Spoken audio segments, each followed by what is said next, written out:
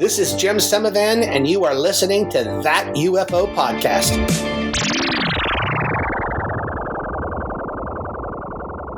Hi everyone, and welcome back to That UFO Podcast. My name is Andy, and joining me as we head into March 2024 for a look at some news, talking points, and other little bits and pieces from back in the UK temporarily, I have Dan. Dan, welcome. You had to think about where I was then, didn't you? Partly that, and also how that even though you're back in the UK and closer, your internet connection's so much worse. So that won't come across in the release of this. Yeah, that won't come across in the release, folks. That'll all be fixed. However, here we are. Dan, going to get right into things, okay? Because I don't think there's lots of major talking points, but there's lots of stuff that I think's worth talking on, and some of it, like you mentioned before we hit record, bleeds into other bits and pieces, and got some questions off of folks as well. So I want to just kick off with Eminent domain, Dan. So this was something that came up back during the old Schumer Rounds days. Remember those days, all those weeks ago? It seems like much longer. But the old UAP Disclosure Act, which at one point seemed like it would potentially be pretty groundbreaking. But if you held your breath too long, you went blue in the face with that one, because it was roundly, pun intended, torn to bits by the Four Mikes, as they were known. Sound like a kind of 60s Motown band.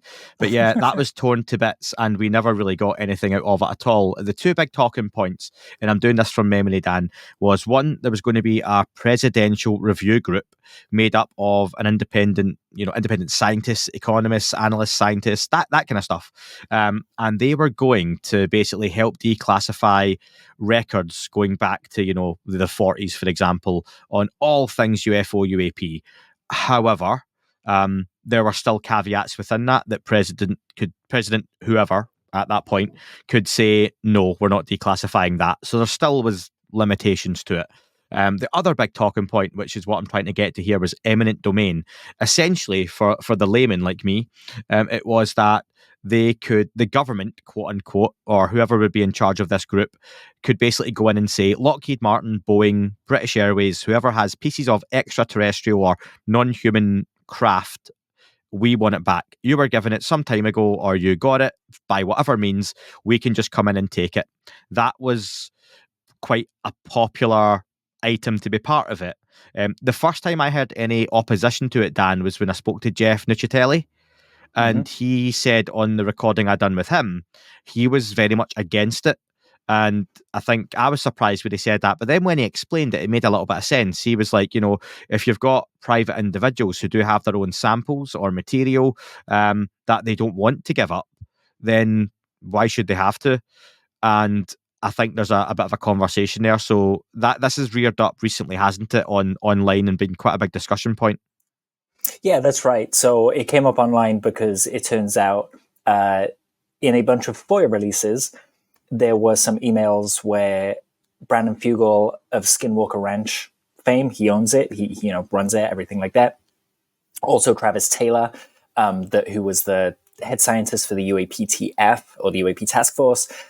Apparently they opposed it to the representatives. We also had Jack Valet at the Seoul conference opposing it right after Carl Nell laid out what it would be for in his talk. And there's been a lot of to and fro in and things like that. But I think what it comes down to essentially is, with contracts, whatever you sign is what you've put your name to. That's it. You can't go back on it. And I think probably what's happened is a few people were concerned that these materials that they had were going to be taken out of their hands. They disappear into the US government, never to be seen again. Kind of like what's happened with the business stuff from To the Stars at the moment, right? Like it just disappeared into a black hole. We haven't had an update. Agreement. That's right. And so everything just disappears into a black hole. So it seems that the Schumer rounds, everyone like that, wanted to pass it and kind of say, look, we can change this later. We can discuss the terms. We can change it later, down the road. And it's a discretionary thing. We're not going to come after you. This is for Lockheed. This is for, big aerospace who have been holding this. However, Brandon being Brandon, the savvy businessman, he's not going to sign a contract that isn't word for word perfect and what he's happy with. He's not going to sign, change it later. He's going to say, we'll change it now. I'll sign it. and then we can go forward. For whatever reason, that didn't happen, which to someone like Brandon, it would make him narrow his eyes a little bit, right? They don't want to change it. What? Like, we've got the time. Why are we doing this? So it was opposed by people, and I think reasonably so. Now, what we have is an opportunity to kind of pass it to the next year, which is 2024. We'll have another NDAA coming forward this year. Other legislation can be pitched and things like that. And that language can now be worked on, and the solutions can be found to these issues. If they didn't want to take it off private individuals, it should say that in the language, I feel. And then it just, calms those nerves about having these things taken off them. For example, like I say, the scenario is if they found a UFO underneath Skinwalker Ranch, dug it up, the government could just come in and take it off them. It's not going to be something we ever know about. It won't be in the TV show. They won't be able to talk about it. And that's not really what we want. Perfect is the enemy of good, but at the same time, we need this base level to be correct. So last year, out of all the Schumer round stuff, the thing that we got past would the UAP repository in the archives, the National Archives, which is now launched. Things are going up there. The two things that got passed forward for this to kind of be considered this year are the review board, as you correctly pointed out, and the eminent domain stuff. There are plenty of other solutions to the eminent domain stuff that doesn't involve kind of strong-arming people, but just kind of registering what you have so it can be kept track of and the government can look at it if they want to and it can be studied. But I can't see anyone signing their name to something that says, hey, if you find a piece of exotic technology, it's no longer yours, Yeah. So I fully understand everything you've said, and thinking it through, is it not the issue that this has to be one of two ways? Either it's completely non-negotiable, all items from individuals, private company, private sector, whatever it may be, have to be handed over if asked, or then it's a no-go, because isn't the issue, as soon as you do start leaving caveats and loopholes, that what we're, like you say, what we're talking about, and let's just use Brandon Fugel as a private individual, Sure. Billionaire philanthropist playboy as he is, and I add that in jokingly. I love that. that whole Bruce Wayne thing we joked about with him back in the day. So you've got that individual who may have the opportunity to come across some of this material. You then have on like the bad side of things, and again, just for talking's sake, Lockheed Martin, who have intact craft. Is the danger that what we want is all the goodies that Lockheed Martin have and have been working on for decades and decades, that's making all this really fancy technology for war machines and new fiber optics and different forms of communication that's being sold to the highest bidder? If you start to mess about with it and say, well, private individuals are okay, we won't come and get your stuff, that'll be much more of a gentleman's agreement, if you want to say it that way. But the big sectors, we're taking all your stuff. Can they not just then use those loopholes and Lockheed start to say, well, actually, Mr. Lockheed is going to give it to Mr. Martin, and Mr. Martin, as a private individual, now owns a flying saucer. So Lockheed Martin no longer own this flying, and that it just starts to me, it waters down so much that it then just, and let's be fair, Dan, I was never confident with eminent domain passing, and I'm still not, that any private organisation is still just going to willingly give up what they have because the government says so. I don't think that's how it works and has ever worked or will ever work, because these are organisations. Oh, absolutely, give me a hell yeah. So that's where I think that falls down. And even if it was totally black and white that everything has to be handed over, that's not going to happen. Where does it go from there then? If I'm right, just for talking's sake, that it's going to have to be a compromise, Dan, isn't it just loophole central, population, the private contractors? Yeah, you're spot on. That's exactly it. If Lockheed wants to divulge itself of this material, as we've heard, then they can give enough information that it can be specified exactly what is being handed over, and then that narrows the scope down so that these private individuals aren't concerned. However, like you say, if Lockheed gives it to a private individual or wants to drag it through the courts for years, then they can do that by saying, well, how come Mr. Fugel doesn't have to hand over his exotic technology? Plus, aside from everything that we've said so far, what if when the material was found, say in the 40s when Roswell happened, or, whatever crash, what if the lawmakers at that time sign an agreement that totally usurps all other laws and gave the legacy program carte blanche to do what they want. How do you undo that? They're not doing anything illegal. You can't strong arm them into doing something like that. Eminent domain also only applies to US companies. So these aerospace companies are international conglomerates now. So many different companies have been absorbed into them, and they're not necessarily, they say they're American in the same way as, I want to say Jaguar is still British. It's changed hands so many times. It's no longer, a British-owned company. So how do you strong arm that company into giving it to you? It almost feels like peeing into the wind, right? We don't want to get caught in our own streams of pee. We don't want to get caught in the courts for years and years and years. We want a compromise that everyone's going to be happy with. And you know what? We've had 80 years of discussion on this. I feel we should be we should be able to be a bit more subtle than just strong arming people into giving us the stuff. But it did make me think of, can you remember that show Debris? Though it was all about the black market trade of UFO debris. Yeah. It reminded me of that, kind of openly saying, if this has been happening all this time anyway, they're just putting on paper now to say, we can come steal your stuff if we want it back, kind of thing.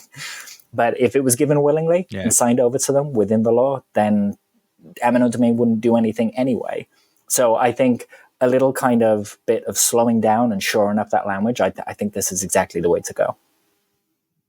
Yeah. Remember, which Spider-Man is it that has Michael Keaton as the Vulture? No Way Home? Far From Home? From Home? It was the first one. Far From Home? Far From Home's in Europe. Home Sweet Home?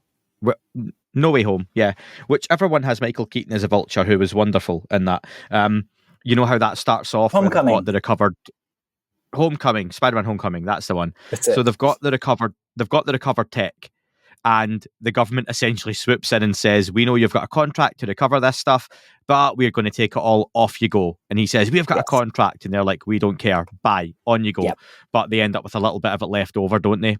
And it would be such a difficult operation. And like I said, back in the time when Ross Coulthart was mentioning that there is a building or a structure built over a downed craft that was discovered, even then, the stuff that isn't locked down as such would just get moved.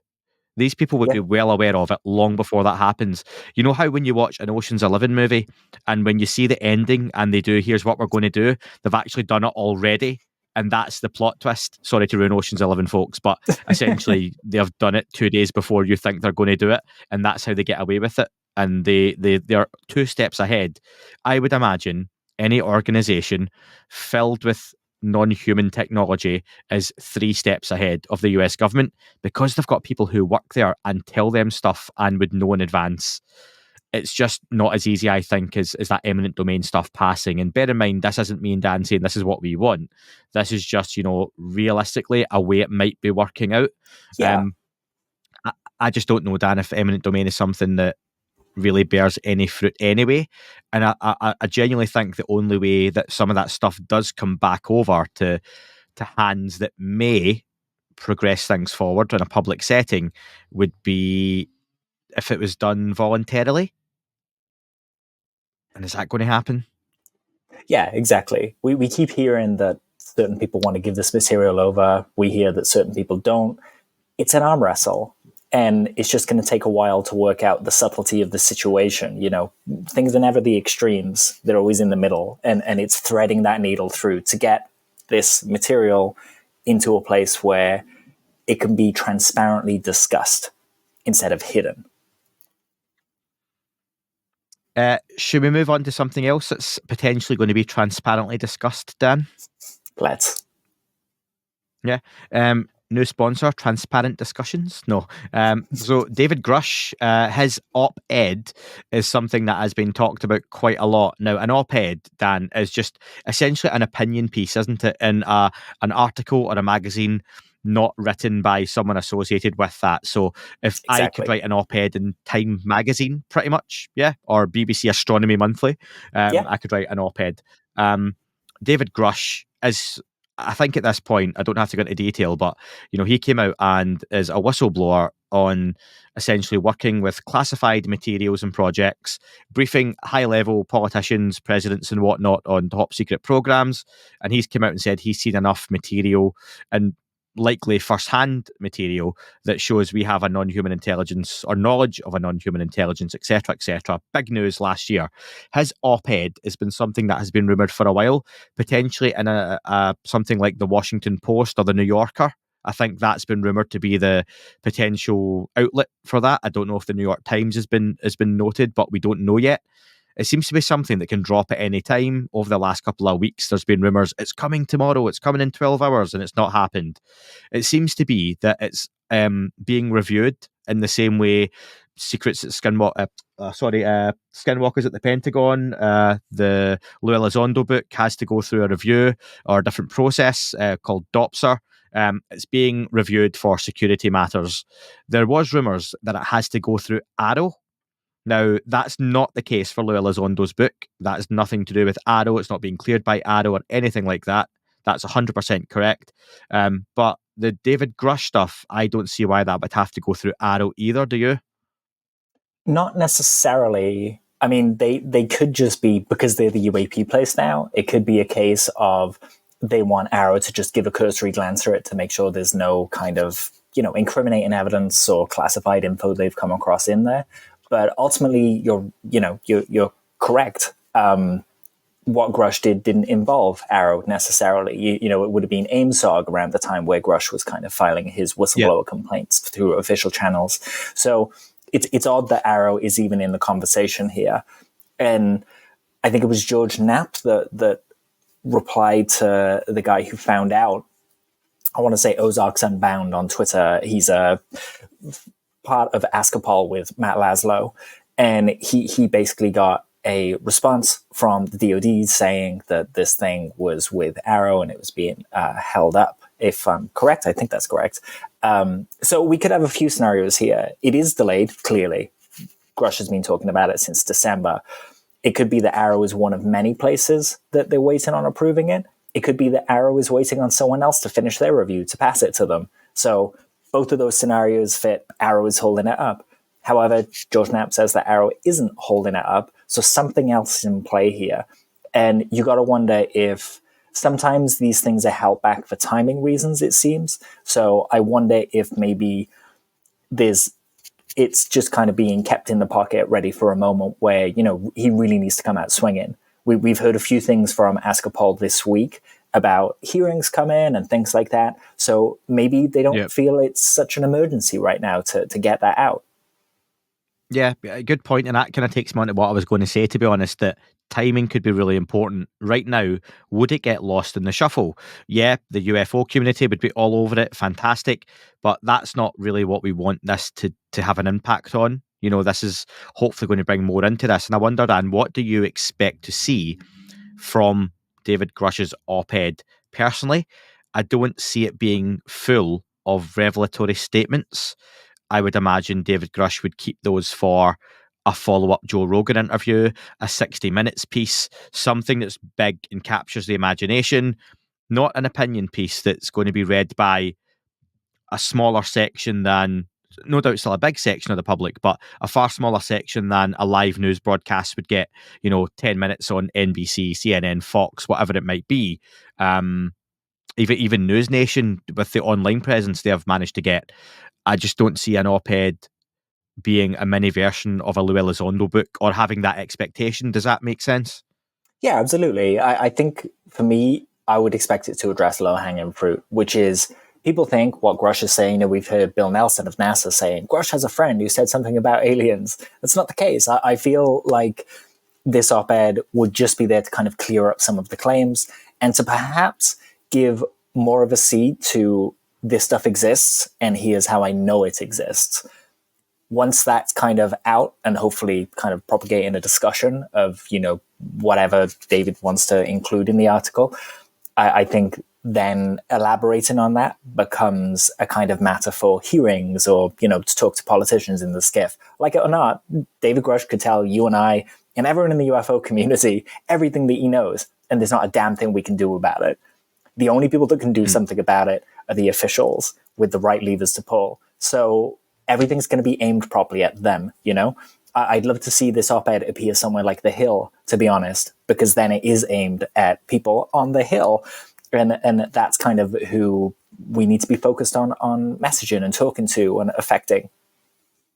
Yeah, even outside of it, and I've had a really busy few weeks, so even my keeping up to date with normal social media has not been the same.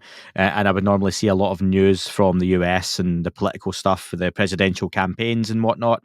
So I'm even a little bit out of the loop with that. That's kind of, I'm back under control now with life, as work's kind of cleared up a little bit for the time being. So I'll get back on it. But there's still this presidential campaign going on, and a lot of news around that, like I say. So I just wonder, like you say, Dan, is timing key with this, that it's best being left in the run up to hearings happening. I think that's a good place to move on to like you say, the work Askapol and Matt Laszlo and co have been doing has been pretty good recently as well.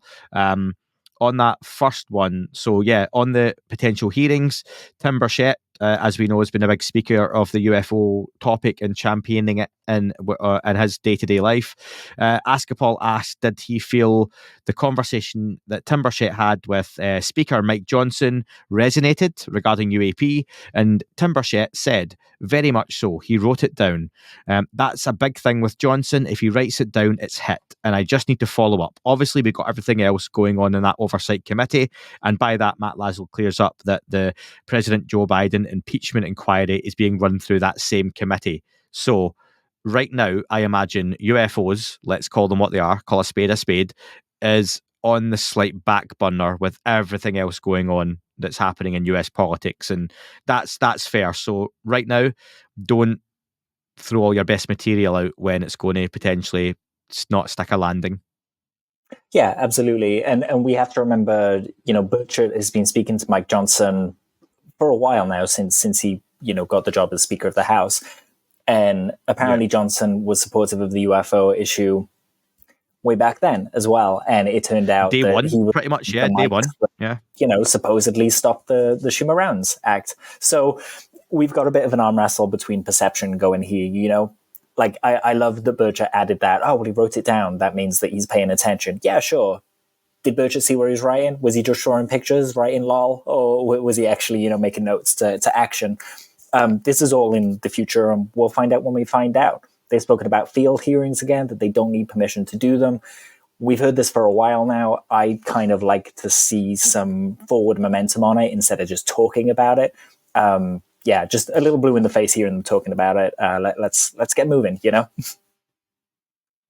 And I get from a political point of view as well, in the middle of all these election campaigns and re-election campaigns, if you down tools on all the other matters going on and jump into a field hearing about UFOs, perception, the optics might not be great on that for a lot of voters. And, long term, there's maybe a better game to be played here in that. So that makes sense. On that, Askapol also had spoken to Representative Luna and Gates, and they said they had been briefed. Well, Askapol had a source that told them they had been briefed by people that had a video of bodies. The inquiry was, are those current military folks? Askapol asked, and the answer from the source was yes. Matt Gates confirmed that he had a briefing with Representative Luna. No comment on the comments or contents of the briefing at this time. And Representative Luna, when asked about the briefing and did you see bodies, she said, I cannot discuss these things, you know that. I'm sure we'll have field hearings, no comment. So that was that's that. Bodies, Dan, one of Drowning Pool's biggest hits back in the day. The floor. But that's huge though, isn't it? If they are, and this is the problem, it's a big if, and I don't doubt Matt Laszlo's sources, but right now it's a source coming out and saying they've seen bodies in a video. For you, what are you thinking? Is this potentially a video like the fake Virginia one that leaked recently? Are they seeing stuff that's actually legitimate? Is it here's something that might be of interest, or are they being shown something of here's definitive proof and here's why you should keep doing what you're doing? Where do you sit with it? Yeah, I've tried to kind of separate the claims out on what's useful in Matt Laszlo telling us this. yes, Luna said no comment because it is literally against the law for us to tell them what was spoken about in the skiff. And just like you say, what video? Like, it's purported to be non-human intelligence. Yeah. It would fit the bill if someone currently in the military showed them Jaime Maussan's video of the mummies from Peru, you know, like that would fit the bill. I'm not saying that's what it was, but it would fulfill the kind of remit.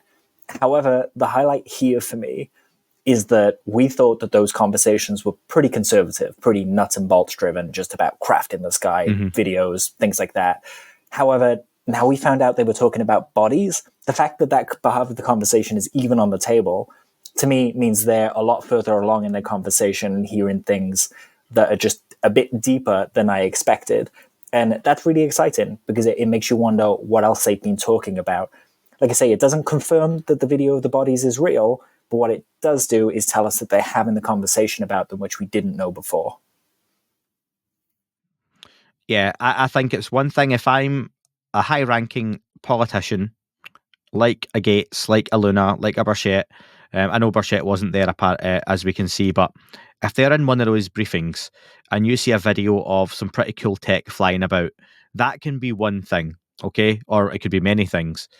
But if you're in a briefing and someone shows you a video that is purportedly non-human body, that's pretty paradigm shift altering, whatever you want to call it. I'm not a big fan of that phrase, honestly, but you know, that's pretty life-changing stuff. That's what it means, right? It's a positive. Yeah, mind-blowing. Yeah, exactly. Yeah, that's wow. That's life-defining. That's something you remember, and that would surely drive these folks on to go, do you know what? I'm not letting this go. I've just seen an alien. You know, that's it. That for them is going to hopefully be enough to get the bit between their teeth. Someone on that, Dan, another Ask a Paul news item which bleeds into that was Senator Gillibrand has come out with a statement recently, again to Ask a Paul. She said, "I'm very concerned about UAPs, particularly drone technology, aircraft technology that is constantly around our military sites." Senator Gillibrand went on to say, "It's a form of ubiquitous surveillance that causes great concern for me." Senator Gillibrand seemed to jump in at the deep end and very quickly get out the pool on the other side, saying the water was too cold, didn't she? And now seems to have dipped her toe back in. I still get the feeling Senator Gillibrand, from a public point of view at least, is looking to talk about this subject in the way that we're not talking aliens, we're not talking non-human intelligence, we're talking some advanced technology that probably or could be from another country. Is that the sense you get from her? Yeah, she seems, you know, early on she was talking about anomalous stuff, things that were a little more outside of the wheelhouse of what we expect. Now she's talking about, you know, drones and things like that. And, you know, let's be clear, when you say drone, it doesn't mean human drone. Like, there's still room in that for it to be an extraterrestrial drone or a non-human intelligence drone or something like that. But she's clearly very focused on the military part of it, and is kind of towing the line in terms of staying within the bounds of the laws that have passed in previous years, the legislation that's passed in previous years. I'm really curious what it looks like once this election has passed, if she's going to, you know, kind of go a bit faster or, you know, deeper on it. But I think part of this is, you know, being every day and doing this as well. We forget that there's still stigma out there. You know, you and I are fine talking about it. People listening to this are fine talking about it. We can have those conversations. But you talk to someone who isn't familiar with this, and instantly you're talking about aliens. And it doesn't matter how hard you try and pull them back to the space of this stuff in the sky that we just don't know what it is. Let's figure it out. They keep on with the aliens thing. I literally had an exchange with someone the other day where they told me, I thought aliens were responsible. And I was like, no, I don't know. Like, I just don't know. And then they insisted that I thought aliens were responsible. So there's a definite stigma still attached, and the subject is still associated with aliens and ET and things like that. So people like Gillibrand, I can understand why they're tiptoeing, because to them, it could kind of be political kryptonite if this turns out to, you know, if it becomes a conversation about the mummies or something like that that turns out to be a fake. That's it. Their career's over.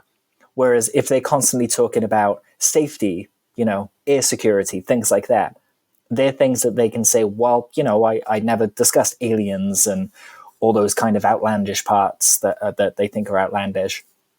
So I understand her being conservative about it, but I wish that the election wasn't happening so that we could get, these masks removed. And I feel like, when you have a job and you have a mystery shopper come in, I feel like that's the situation we're in at the moment. Mm-hmm. Everyone's just watching everyone else politically to make a wrong move so they can exploit it. So everyone's just trying to behave.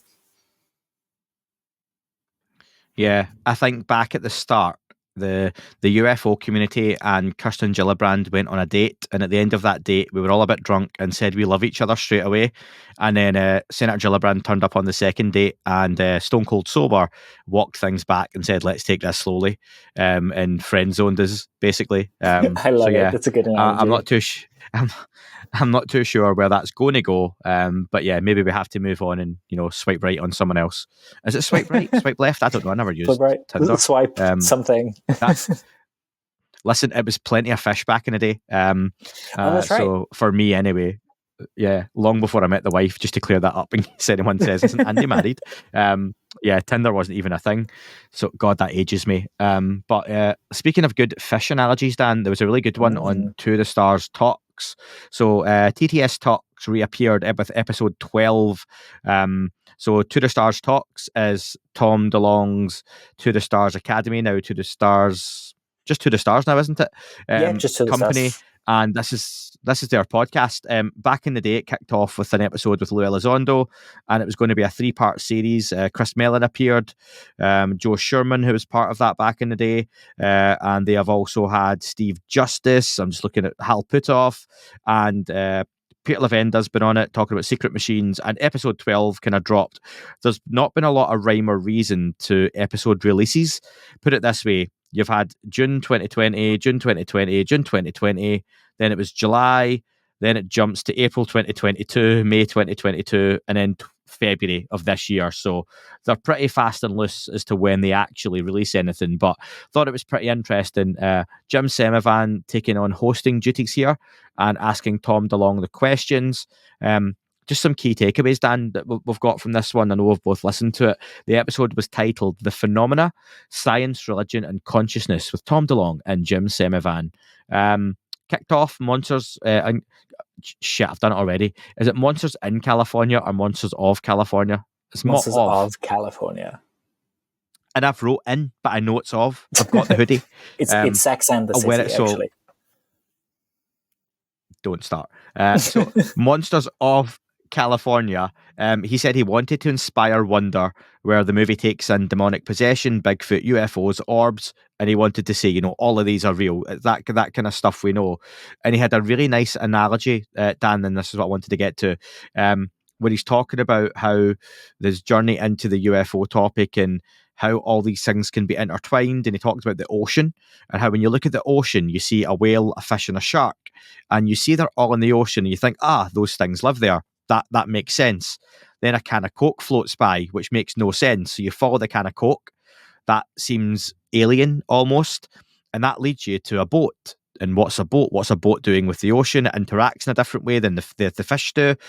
You follow the boat and that takes you to an island. And now you've got a whole new dynamic where you had this water world filled with creatures. You then have an alien piece of something, trash as we're calling it here, that leads you to something else, to something else, to something else. And all of a sudden, that spider diagram is just changed completely. And he says how all these things are very different, but they cross paths depending on the time, the place. He says in terms of the UFO subject, it could even be things like the minerals that are built into the area, what kind of ore is under the ground, talks about Skinwalker Ranch, physics, maths, and all that good stuff. Tom DeLonge was on form here, and the way Tom DeLonge goes off on one when he gets asked a question. So one of the highlights for me of this overall was thinking about how Tom used to speak, comparing it to his appearance on Joe Rogan, for example. Comparing how he spoke the then one that was to about how he's speaking now. Cluster France.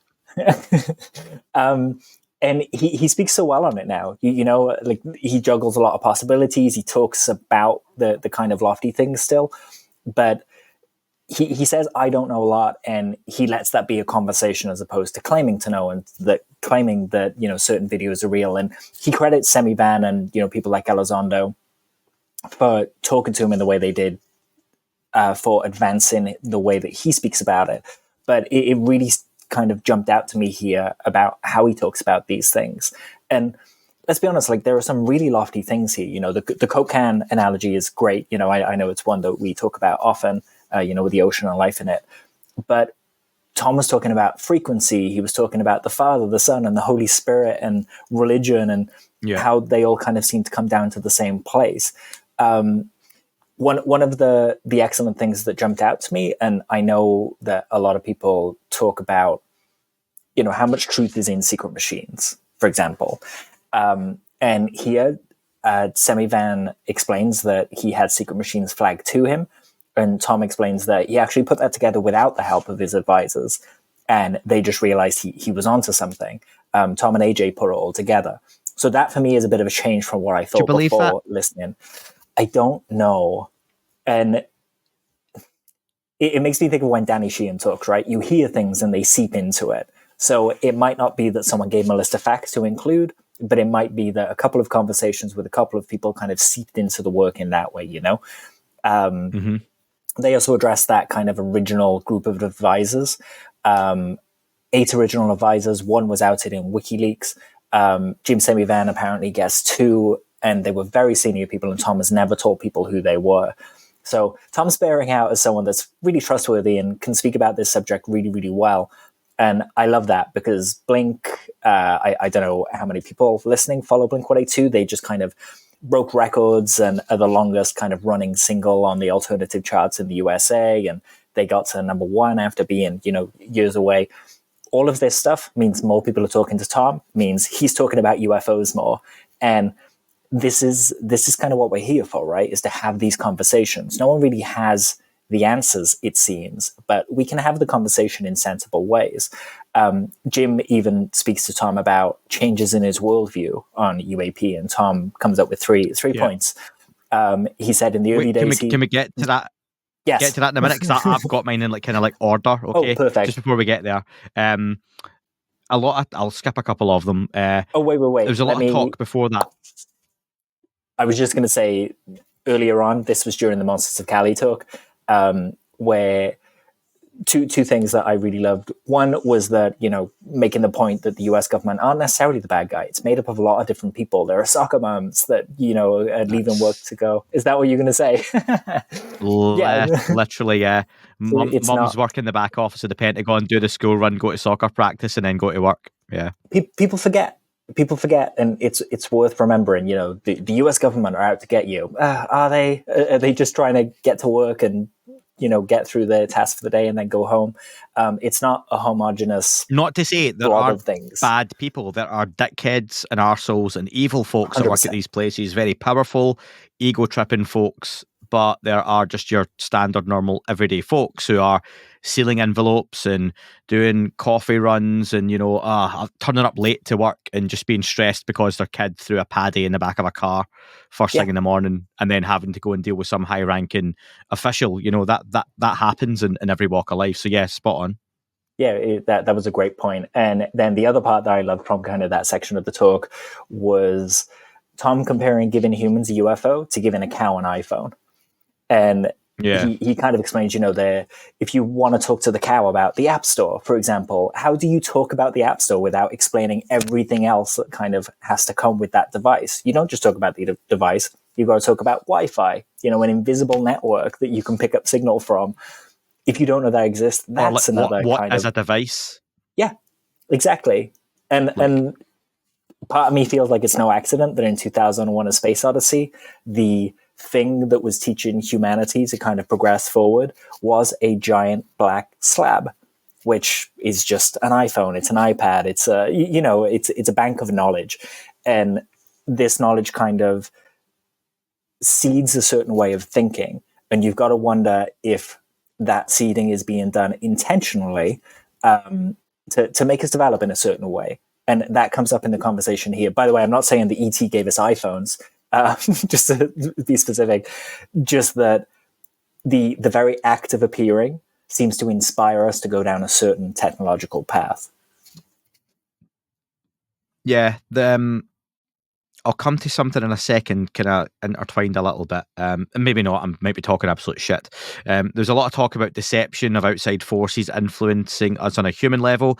If you've heard Tom DeLonge talk on multiple occasions, a lot of what's said is kind of running with the theme: free will being an illusion, is choice real, fights for the soul, all that kind of stuff comes up. However, something came up, Dan, and I remember writing this. I was in work when I done this, right? And I was sitting making my notes on lunch. And I remember thinking I should go back and rewrite these. So if this doesn't make sense, I'll sit and waffle on. But you'll get what I mean. So the idea that these craft, or whatever they are coming here to abduct and investigate us, I've put, like, why now in this time period? Surely you could go to an easier time. And this is with Tom DeLonge talking about these things coming. He seems to really lean in, they're coming from a different time almost, okay? Or they have some manipulation of time. You could go back and take cavemen or folks from the Victorian era, when we were less technologically advanced. Surely our technology wouldn't make a difference. So for me, it makes sense what these things are doing is more of an ongoing investigation rather than something they're coming here now to check us out now and where we are now. And that's not necessarily something Tom was getting at. It seemed he seemed to focus on the idea that they could be coming here now for a reason, that we have to be at this point in our advancement, our technological advancement, our spiritual advancement, for the hacking of souls and stuff. But I just thought, that just made me think, Dan, and what do you think on that? That these things, or some of these things potentially come here, and it seems more like an ongoing investigation of the human being or human species. Yeah, absolutely. I get to talk about Keel, and I love that. They brought it up. Well, have you read Keel recently, Dan? So Operation Trojan Horse was Keel's book, and in that he kind of lays out a lot of high strangeness, and reflecting back on it has the idea that he's not just being shown things randomly, that actually he's being dragged through an educational process. And once you kind of get to a certain place, you can advance in the class. So if we look back, 200 years, say, and you've got those airship sightings, all really weird airship sightings where, you've got airships that are dropping anchors and people are coming off them, or beings are coming off them in diving suits, and they're climbing down the chain and moving as if they're underwater. And it's almost like, okay, so you understand this. You understand that you're just in a medium, like fish are in the ocean and they don't know what water is, but, we have air and we don't really understand the medium of the vacuum of space, for example. We now think that it's quantum impossibility. Space-time need not apply. But we don't know what that medium that we're in is.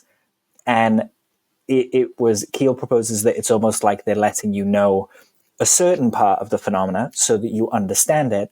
Then you can progress to the next class. However, not everyone kind of understands and learns at the same rate. So this has to be a really long-running kind of almost a psyop, right? To acclimatize people to the weirder aspects of the universe. And when I say weirder for us, it's all relative. These things are just normal. We just don't understand them yet. So that kind of thing, the idea of it being an educational effort, is really curious, because in modern day, we have these communication systems that let you and I do this and talk to people about it. And, we can share our weird experiences. And as you see with UFO Twitter, everyone with these experiences kind of groups up, right? We find our tribe, so to speak.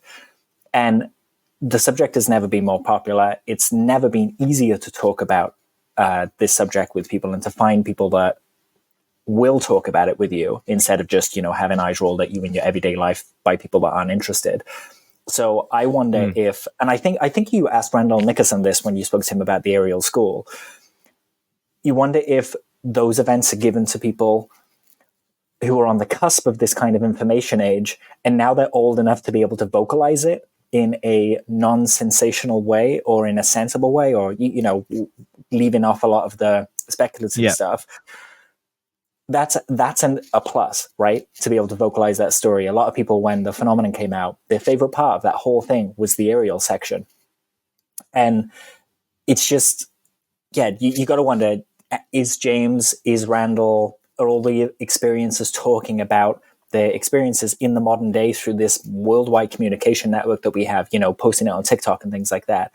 Is that why we're seeing the uptick now?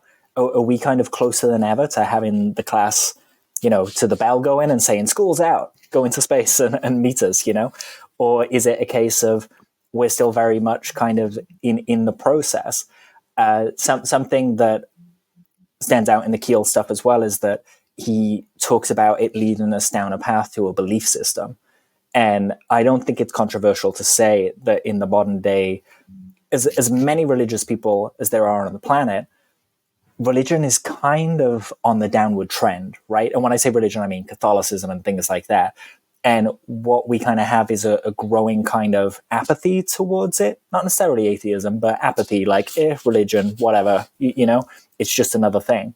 Whereas in this subject, we have a bunch of people who believe, who have faith in ETs coming here. So just like Diana Pasulka says, this is almost a religion in itself.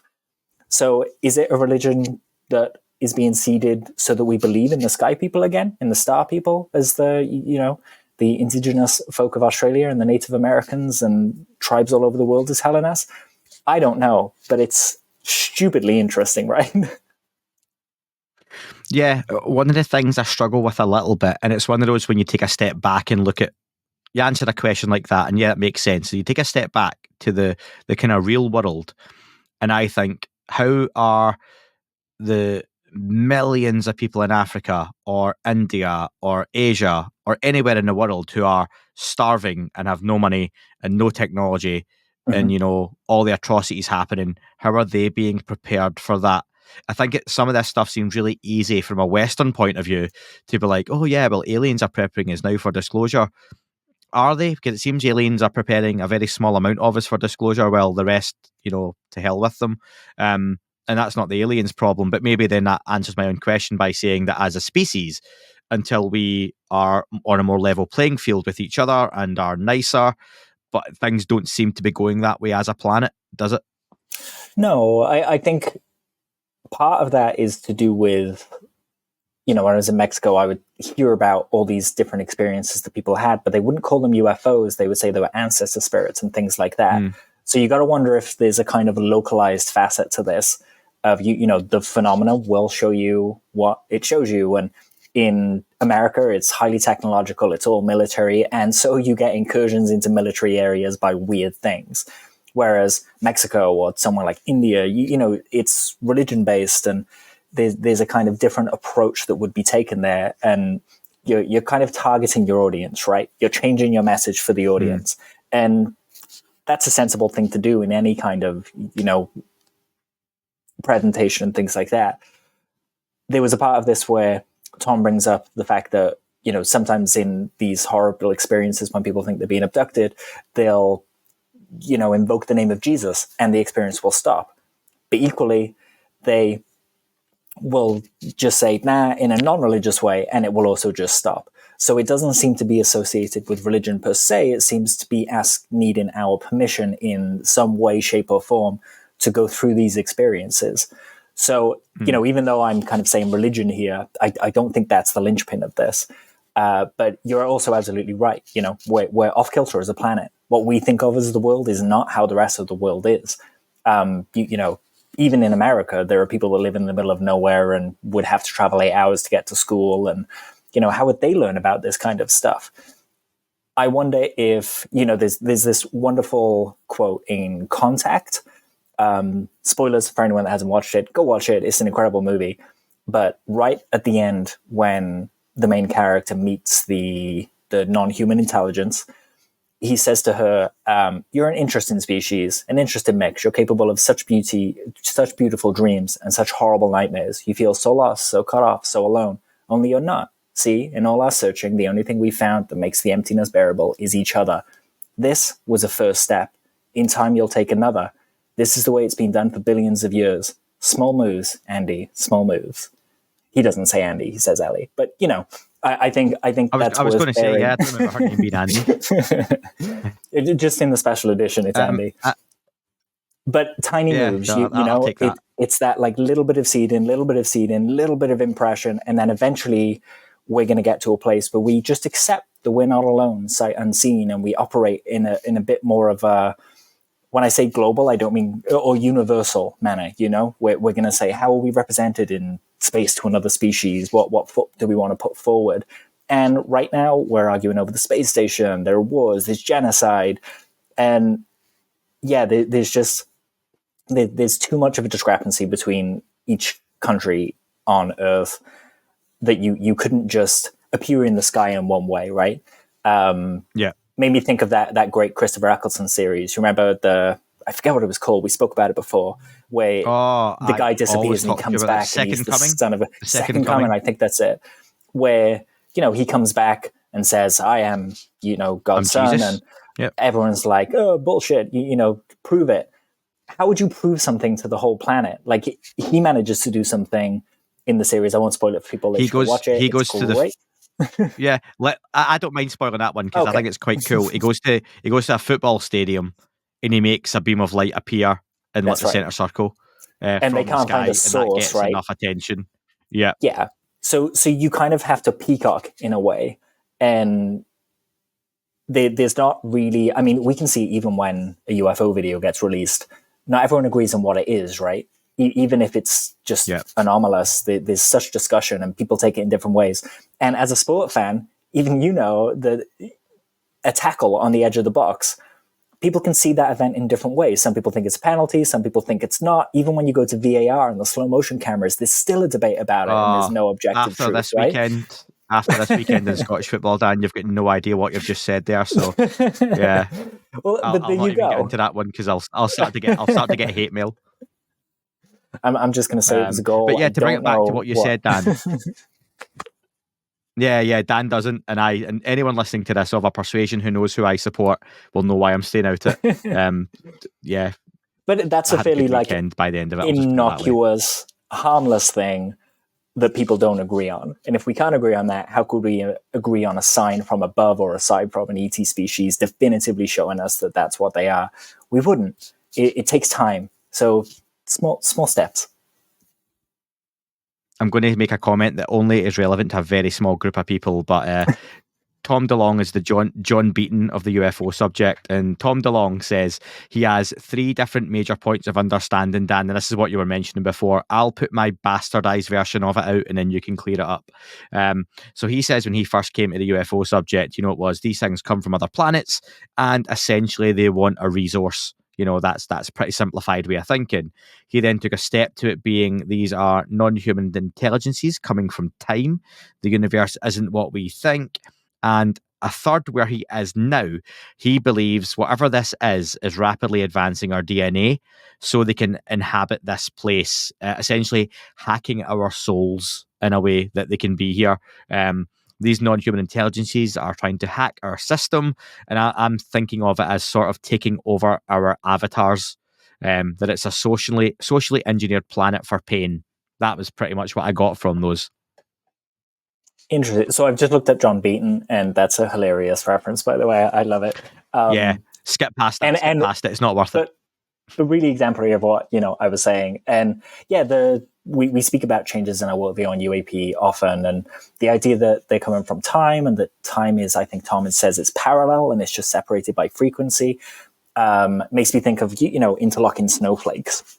Like no 2 snowflakes are the same, but they could fit together, and you could have like a bajillion of them. That all kind of make up a solid, like a snowball, The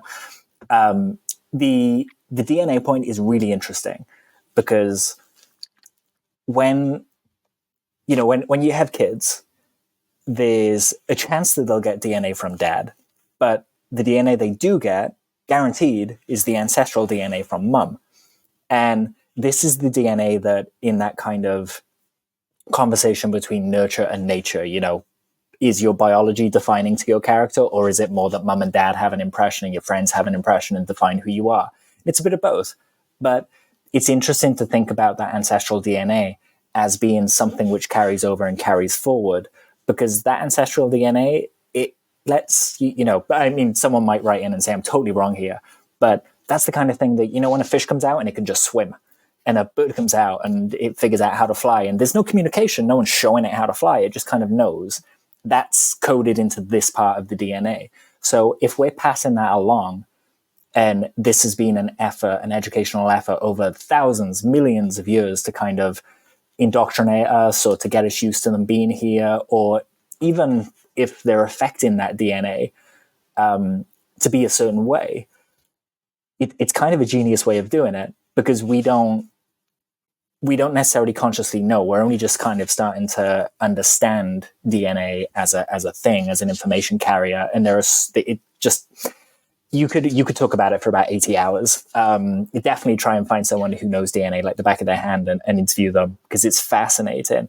And a part of me wonders, every form of life here on Earth is made from DNA.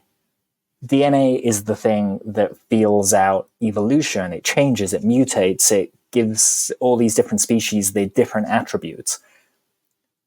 So it's curious to think of DNA as maybe something that arrived here via panspermia, an asteroid carrying a bit of something and crashing on Earth. Do we then look at DNA as a life form that's here kind of dictating and changing us into something that can interact with different levels of reality? And what I mean by that is, a fish interacts with the world differently to what us interacting with the world, just because we have different tools like eyes and ears and the ability to see underwater or breathe underwater. So it kind of dictates your environment. So I think that's fascinating to think about, and it really kind of turns my brain to dribble when I get too much into it. Yeah, a really silly thing that I always look at is like, my last dog was a border terrier and this dog's a border terrier.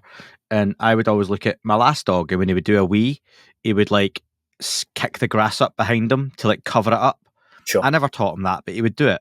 And the dog I've got now, totally different dog, never knew the last dog. I take Eddie out for a walk, he pees and he kicks the grass up to cover his wee. Again, I've never showed him that. That would be really weird if I was out taking a piss outside and covering it up.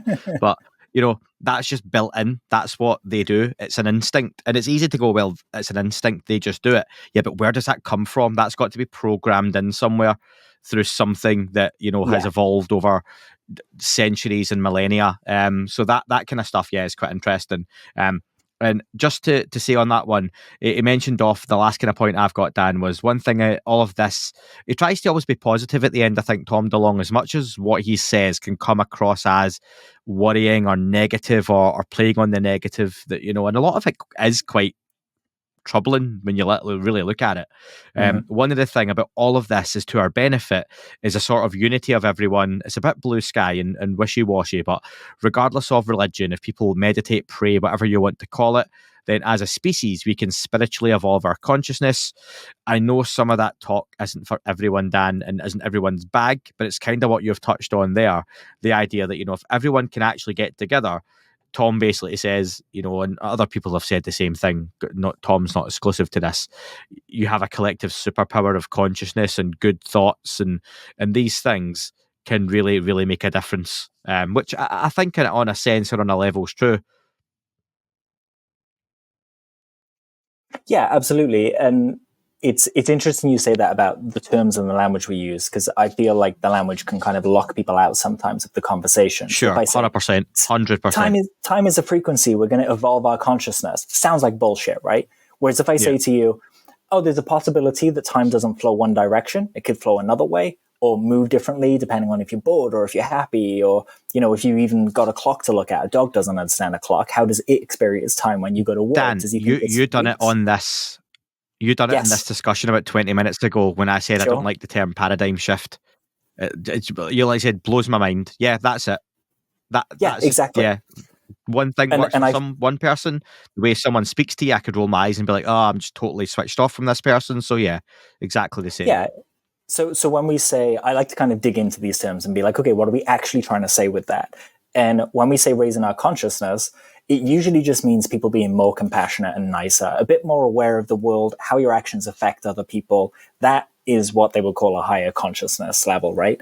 And that's a lot more stomach palatable if you say to someone, just be nicer, and we'll be nicer as a planet, and we'll be more conscious of other countries and how all the systems, like the weather systems around the planet, connect.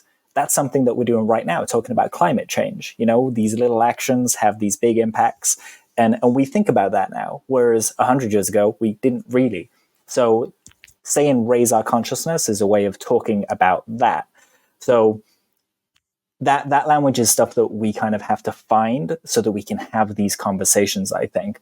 But one part from the end that I really loved was Tom brought up Colaris and the fact that people were injured there. And I think it was off the bat of Semivan asking, do you feel happy or scared or optimistic? And Tom brought up Colaris and speaking about these negative effects. And we have to remember the things that are happening there might not be malicious on purpose. They might not just be zapping us. For all we know, that's their handshake. And them trying to shake their hand zaps us with electricity, so we get burned and we think it's attacking us, We have to kind of think outside the box in these ways. But it certainly seems, and Tom sums it up at the end there, he says, we seem to have something they don't, and we can beat them with our superpower, which is consciousness. Again, kind of wishy-washy, but I think it's just our ability to talk to each other, to empathize with each other, to understand each other. That is something that we don't necessarily see in all animal species. And to go back to that DNA kind of thing, what if some of our ancestral DNA is still really basic? And it means that some people don't care about other forms of life. Whereas you and I, with other people, we love animals. We'd never hurt an animal, That seems to be a characteristic that people have or don't. Except cats, yeah. Someone's going to yell. I like cats. I'm just allergic, so I have to stay away from them. Yeah, I said that before, didn't I, again, about cats. So yeah, I don't dislike cats. Some of them are okay. They're just a bit boring. But yeah, not a cat person. So yeah, it was a pretty interesting episode. Nice to see it back, and probably 2 years till the next one at this rate, Dan. Yeah, but great conversation. And like everything we've covered here is really lofty conversation. I'd recommend, if you want to dive further into kind of the more esoteric side of what we were saying about with DNA, or sorry, not to put words in your mouth, what I was saying about DNA, go read The Cosmic Serpent. Quite an old book, but it just talks about the idea that a lot of ancient kind of tribes and religions have a serpent at the center of their mythology, and that serpent seems to represent DNA when you look into it. Fascinating book. Would highly recommend reading it. Just fly through for the last couple of minutes, Dan, very quickly. There's some listeners' questions, but also the Canadian government has a UAP report, quote unquote, coming out in the coming months, doesn't it? And some of the reports of this online are, I see people getting a little bit excited, but I think you put it quite right before, Dan, what it's sort of going to be like, and I'll let you take that one because it was your words. So it's going to be the same as the NASA panel, right? They're not looking at whether ET exists. That's not what this report is going to say. It's the impetus for the whole project is to look at how is data collected? Where is it kept? Can they do a better job of doing this so they can analyze it better? Yes, and yes to all those things. But they're formally going through that process. So what's likely to be in the report is a bunch of identifications for systems that don't quite work as we want them to work right now, and some proposals to make them better going forward. There was an interesting comment from the head of the project, whose name escapes me right now, but she said that there's some intriguing or curious things in the historical aspect. And I know we're waiting for Arrow's historical report. So I wonder if there's a little crossover there between Canada and America and some UAP case that they both dealt with together. I know last year they both worked on UAP 23. Whatever that incident was, we don't know. So I'm hoping that there'll be a few tidbits in there, but by and large, it's just going to be, a technical appraisal of their ability to collect information. That's it. Yeah. Excellent. And I've nothing to add to that. It is what it is, and Dan said it well. Dan, a couple of listener questions to kind of round off. Tim Nobley asked, it said there are dozens of whistleblowers started the process of blowing their whistles. Can you explain what the process is, or would that be too involved? Who do they report to, and is there a chance their information gets released to the public? I know really basically, Dan, that whistleblowers are folks in this case, because I've got whistleblowing processes in the organisation I work for, obviously not to the level that we're talking about with a David Grusch or the individuals in the background there, but essentially you're looking at people coming forward who have evidence of wrongdoing or they feel wrongdoing in their organization, and they report it through a process, and it's decided whether there is, if wrongdoing's happening, action can be taken off the back of that. In this case, is parts or aspects of the US government covering up ongoing non-human intelligence or alien interaction, essentially, is what we're looking at here. Is that right, Dan? Yeah? Yeah, that's pretty spot on. Every organization within the US government has a whistleblower department. You can complain to them about specific things. If you go to them and tell them, oh, I'm afraid that they're hiding ET bodies, there's probably not much they can do. Whereas, like David Grusch, if you go to the Inspector General, who is kind of outside of all those organizations and looks at them overall and say, hey, these people are making my life harder because I've said XYZ, that's something they can act on. And they can check whether that is happening, and then they can hold their feet to the fire. There is a specific process to go through for the whistleblowers. And I would say to people, not to be like, oh, just go Google it, but just chuck whistleblower US into Google and it will take you to the Inspector General whistleblower page, which details what you can complain about, how you can complain, and the kind of process going forward of what that would look like. We've essentially seen David Grusch use that whistleblower process, and everything that's kind of come out of it with the Inspector General complaint being brought out and shown to us, or at least to officials, that's kind of part and parcel of this process. There's a process there. They have to follow it. It's why David Grusch can't run 100 miles an hour and just kind of tell us everything that he knows. There are channels and means to do this. Yeah, and the idea that will information be released to the public, I think there are elements of it that may be able to come out, and that's very much what David Grusch is trying to get pushed through at the moment. Dave Smethurst similarly asks, do we think the delays on David Grusch's op-ed is because it has some pretty hard to get out revelations? One rumour is he'll be talking about what the NSA satellites in orbit have picked up and recorded. Not going to lie, I would love if David Grusch in his op-ed or in the future talks about UFOs picked up on NSA satellites, because that would be pretty cool. Yeah, same. That would be really interesting. The stuff that we know about, like even when NASA puts a satellite up to image the Earth, 9 times out of 10, it's a hand-me-down from the NSA, because their capabilities and their budget is just bigger than what NASA can do. So they have some incredible technology. And yeah, it'd be great if we could kind of hear about them coming from space and, coming from other places. The implication is there, right? Or whether they're just trying to look that way. Chris Mellon touched on it. It hasn't really been touched on since. So that would be really cool. In terms of what it's rumored to contain, the rumors, don't put too much stock in them, because you'll just end up disappointed. Big hype, big letdown. That's how it always goes. So just let the plate spin and we'll see it when we see it. Yeah, and Dave, we sort of touched on the next question about the eminent domain stuff within. I built that in for you and what we chatted about, so thank you. Someone asked Kimberly on YouTube, so hello Kimberly, if you're watching or listening, to discuss the Ashton Forbes MH370 stuff. I still don't think there's anything there that I'm getting a bit bunged up. Not emotional, just a cold. Anything there worth digging into? I know some folks seem really adamant that it's not been debunked. Others seem really adamant that it has been. I think I'm just sitting out in the background going, yeah, I don't see enough in this for me to have an interest at this point still. But Godspeed with anyone who is still kicking the shit out that dead horse, so to speak, because it's just, it's not, I don't see it going anywhere, and it's just not one I want to get involved in, to be honest. So, especially when you still see the families have got ongoing action suits, to try and find out where their almost definitely deceased relatives' bodies are. Yeah, I just don't see there being too much to it, honestly. And again, I get we're talking about people who have probably passed away, but I would love for there to be something spectacular, like a video like that, to be real and genuine. I just don't see there's enough evidence that there is on this one. But you can't deny that Ashton seems to have done a hell of a lot of work, and seems pretty proud of the work he's done as well, and put a lot of hours into it. So all the best with that, to be honest. Dan, I know we've touched on this, but anything? A little bit. I'll be a little more damning just to kind of give a bit of juxtaposition. I followed this thing along since the start. Some things I don't talk about on here, but I will always keep an open mind and look at the evidence that people bring forward. MH370 is a sensitive one.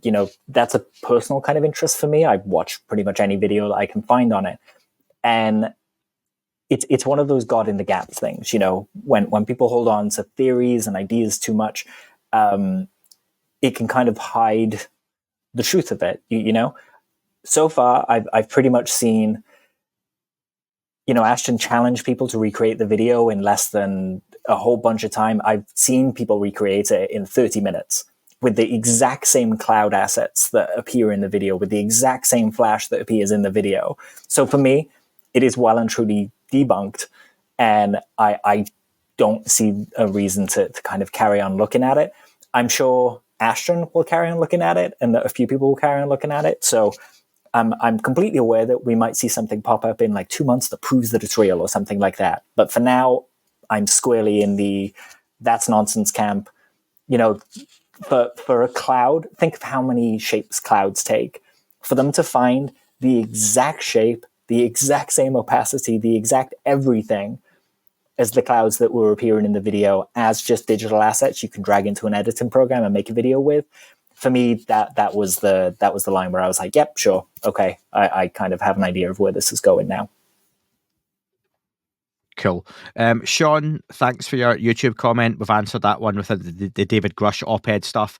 Nemsiri asks, please ask a prominent guest. Dan, you're now said prominent guest. Why has Bob Lazar not done anything with his supposed piece of Element 115, considering he pushed for the UFO topic to be transparent with the public, and also because the UFO topic is in a state of hyper momentum, being the perfect time to do so? Why do you think? I mean, because he doesn't have it. This is what I think. I could be wrong, but Jacques Vallée said that he saw it, and it was aerogel, which is a something that you can just go get. Lazar said, oh no, it was contained within the aerogel. If he had 115, it would blow the lid off this whole thing. However, when Lazar started talking about 115, it had already been theorized.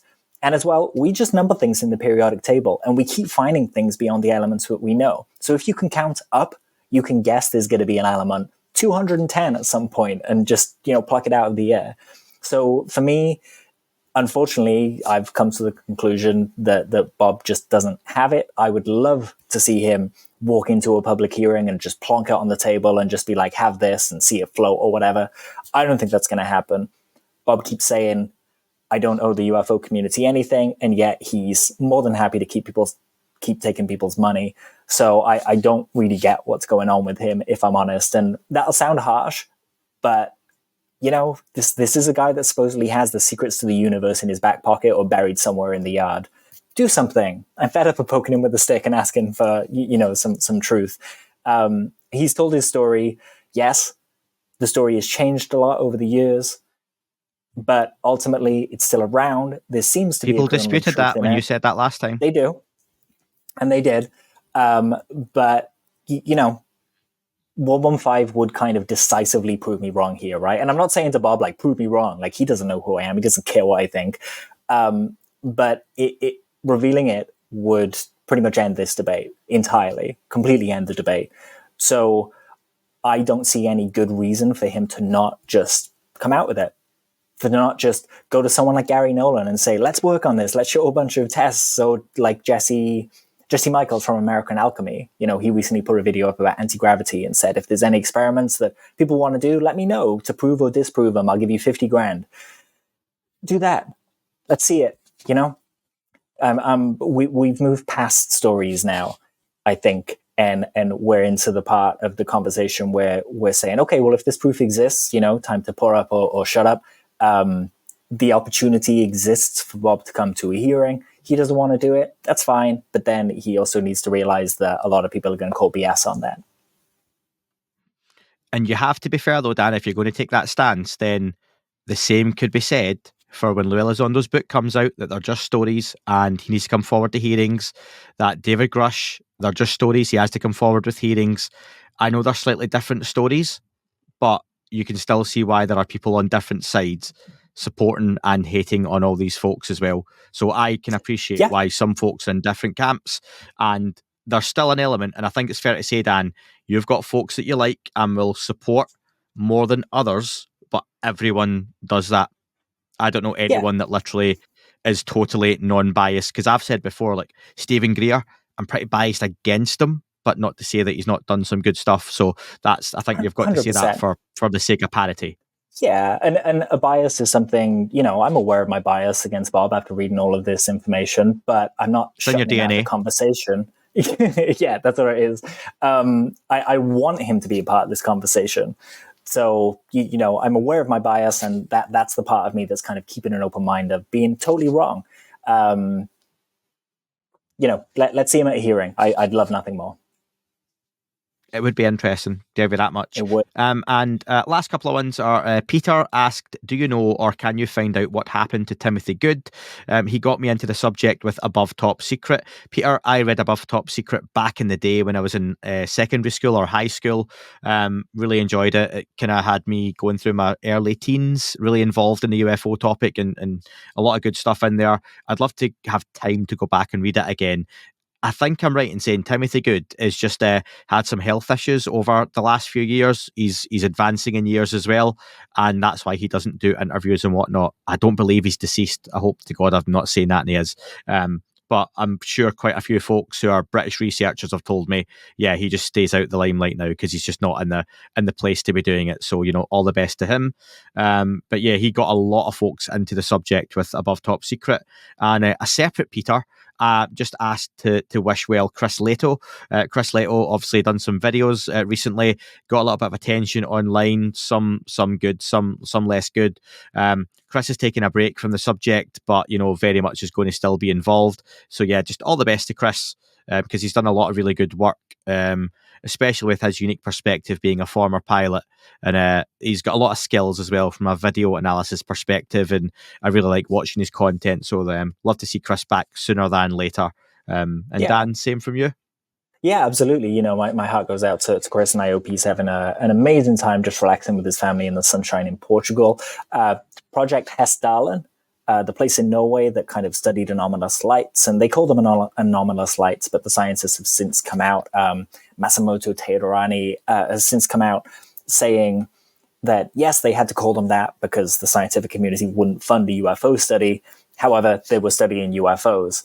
That project has now taken over Chris's channel, so they're putting up videos about what's going on there and how they're trying to study this stuff. So I'd recommend go have a look. It's really interesting still. Chris is taking a break, but they're just as compelling. Dan, final comment from you. What's something you hope to or would like to see happen this March in terms of UFO news? I think given my rant that's just passed, I would have to say that Bob Lazar proves me wrong. That's what I hope happens this month. That would be fun. I think from me, I would like to see... this keeps coming back to me. I'd like to see Three Body on Netflix be a massive hit and really get people thinking about the UFO topic in a different way. 21st of March. Do you know what? They should just sponsor the podcast. 21st of March on Netflix. Three Body looks interesting. And I'm still working my way through the Chinese version. Episode 9 upcoming. I'm going to go watch it's going to be really interesting. Like, I'm really enjoying the conversations that you and I have about that kind of, outside of recording. So me asking you, have I missed something because I don't understand what I'm watching? And you say, no, you've not missed anything. You're exactly right. And I'm going, okay, that's fine. Just checking. I mean, yeah, but also, some of the concepts we've spoken about and things like that. I'm not going to say it because I don't want to spoil it for anyone. No. But suffice to say, we'll be talking about it on here in the future once we've both watched it. So I'm and if people want, like, in fact, let Andy know, having read the books, do people want me to compare them to the books, or would they rather I keep it spoiler free or just stick to the first book, or what? That let us know. Can we maybe do a little section at the end of those and be like, spoiler for those who haven't read the books, but here's what's coming up. Yeah. I can deal with that. I don't mind stuff being spoiled. I read the script for Kill Bill 2 when it leaked online long before I saw the movie. I can't help it. One of the only scripts I've read. Yeah. always remember going to that last scene. But anyway, folks, here we go. Dan, thank you for joining me. Thank you very much for your time. Enjoy your evening. And folks, thank you very much for listening. We'll be back very, very soon. That is all for this week's show. Thank you very much for listening. Please remember to leave the podcast a review on your chosen platform. You can like, retweet and subscribe. That would all be very much appreciated. The shows are being uploaded onto YouTube as we speak more and more. You can sign up at patreon.com/That UFO podcast to access the shows ad-free as well. Please get in touch on Twitter, Facebook, Instagram, That UFO podcast. Of course, on Twitter, it's at UFOUAPAM. And again, folks, as always, keep looking up. You never know what you might see.